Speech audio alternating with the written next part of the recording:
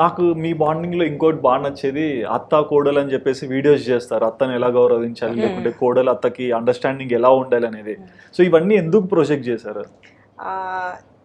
చాలా మంది యూఎస్ నుంచి ఇండియాకి రిటర్న్ ఎందుకు రారంటే వాళ్ళకి వాళ్ళ అత్తగారితో సెట్ అవ్వదు, వచ్చి కలిసి ఉండలేమో అనుకుంటారు. లేదా వీళ్ళు అక్కడికి వెళ్ళినా కానీ ఏదో ముక్కు మూసుకుని 6 నెలలు గడపాలనుకుంటారు. హస్బెండ్స్ కూడా నేను చూసాను, మా ఫ్రెండ్స్ సర్కిల్లో చెప్పేవాళ్ళు ఏంటంటే, అబ్బా ఇప్పుడు మా అత్తయ్య వచ్చింది కదా, ఆయన గిన్నెలో కడగరు, లేకపోతే చపాతీ చేయడు, పిండి కలపడు, ఏమీ హెల్ప్ చేయరు అనమాట. ఎందుకంటే మమ్మీ ముందు చేస్తే మమ్మీ హర్ట్ అవుతుందని. సో నాకు ఆ ప్రాబ్లం ఎప్పుడు లేకుండే. నేను ముందు నుంచి నేను ఎలా ఉన్నానో మా అత్తయ్య ముందు కూడా అలానే ఉన్నా. మా అత్తయ్యని ఇంప్రెస్ చేయడానికి నేను ఎప్పుడు ఏది మారలేదు. నేను ఎప్పుడు పొద్దున్న లేవలేదండి. మా అత్తయ్య వాళ్ళు వచ్చినప్పుడు కూడా నేను 8:30, 9 మధ్యలో లేచేదాన్ని. నేను అదే కంటిన్యూ చేశాను. వాళ్ళ కోసం నేను ఎక్స్ట్రా యాక్టింగ్ చేయకపోయేసరికి వాళ్ళు నన్ను యాజ్ ఎ హ్యూమన్ బీయింగే అర్థం చేసుకున్నారని నేను అనుకుంటా. అంటే ఓకే, ఈ అమ్మాయి ఈ విషయంలో ఇది ఇలానే ఉంటుంది, ఈ విషయంలో ఇలానే ఉంటుంది, ఈ విషయంలో కేరింగ్ ఉంటుంది, ఈ విషయంలో మొండిగా ఉంటుంది అని. సో అది యాక్సెప్ట్ చేసుకోవడం వల్ల ఒక రెస్పెక్ట్ ఉంది.